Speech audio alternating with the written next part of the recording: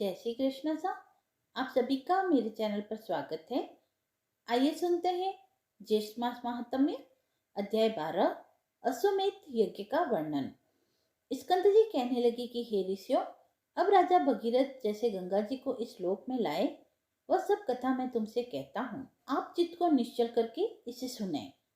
प्रथम सूर्यकुल में राजा सगर परम धार्मिक देवताओं तथा दैत्यों का निर्वहन करने वाले विख्यात हुए। वह नीति को जानने वाला और अति कुशल था। अयोध्या में अपनी राजधानी बनाकर पूर्व के समान 7 द्वीपों की रक्षा करता हुआ समस्त पृथ्वी पर शासन करता था।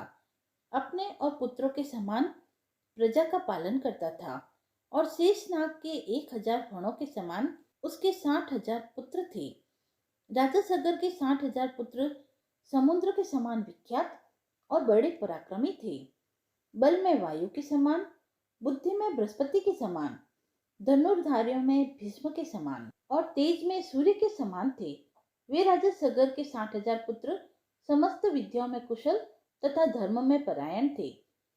ऐसे 60,000 पुत्रों सहित राजा सगर ने अश्वमेध यज्ञ को प्रारंभ किया। राजा सगर ने ऋषि वशिष्ठ की आज्ञा अनुसार और उनकी सहायता से विधिवत संकल्प करके यज्ञ का घोड़ा छोड़ दिया। अनेक सेनाओं से सुशोभित सेनाचरों तथा वीर पुत्रों सहित यज्ञ का घोड़ा, जिसकी रक्षा के लिए राजा सगर के 60,000 पुत्र थे, चल पड़ा। अपनी इच्छा पूर्वक एक देश से दूसरे देश को जाता हुआ थकावट से युक्त होकर वह श्रेष्ठ घोड़ा जिन जिन विख्यात राजाओं से पकड़ा गया, उन सब राजाओं को अपने बल से जीतकर और अपने शरणागत होने पर छोड़ दिया।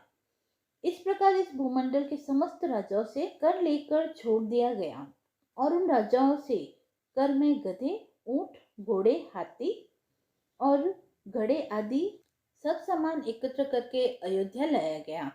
इसके पश्चात यज्ञ की समाप्ति पर विधि पूर्वक ऋषि जनों को दक्षिणा दी और 10 दिशाओं से लाया गया सब द्रव्य वस्तु अथवा अपने राष्ट्र का भी बहुत सा धन कामना रहित होकर ब्राह्मणों को दे दिया।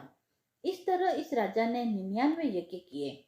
इतने यज्ञ होने पर और जब 100वें में एक यज्ञ बाकी रह गया तो स्वर्ग के राजा इंद्र चकित हो गए और घबराकर सोचने लगे कि अब मैं क्या करूं, कहाँ जाऊं, मेरी रक्षा कौन करेगा।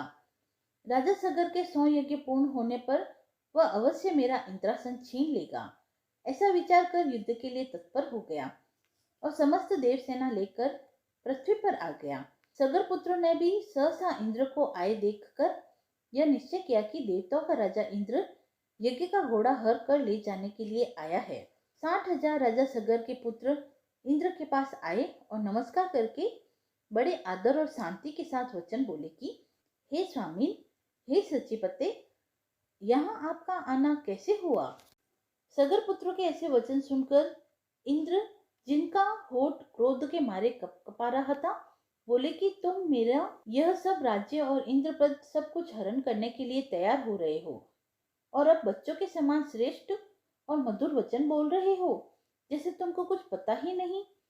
ऐसा कहने पर सहसा देवता लोग शत्रु सेना पर प्रहार करने लगे। सगर पुत्रों ने भी युद्ध आरंभ कर दिया और भयप्रद तुमुल युद्ध आरंभ हो गया। वीर लोग वाणों से वाण, शस्त्रों से शस्त्र का प्रहार कर और निवारण करने लगे।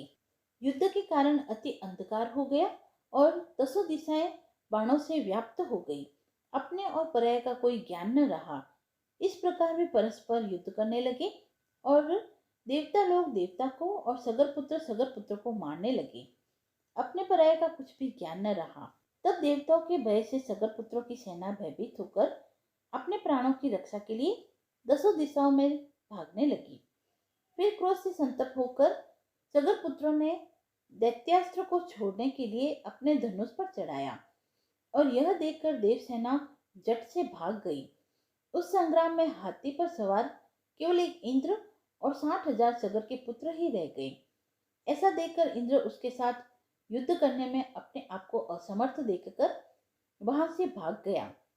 अति चिंता से व्याप्त इंद्र श्री विष्णु भगवान के पास गए। इंद्र के चले जाने पर सगर पुत्र और उनकी सेना अपने निवास स्थान को चली आई। उनको सगर पुत्रों ने स्वामी के गौरव के लिए बहुत सा धन, वस्त्र और भूषण देकर प्रसन्न किया। इति श्री ज्येष्ठ मास महात्म्य सगर अश्वमेध यज्ञ वर्णन 12वां अध्याय समाप्त हुआ। यदि आपको यह पसंद आया हो तो आप मेरे चैनल को लाइक, शेयर एंड सब्सक्राइब करें। धन्यवाद।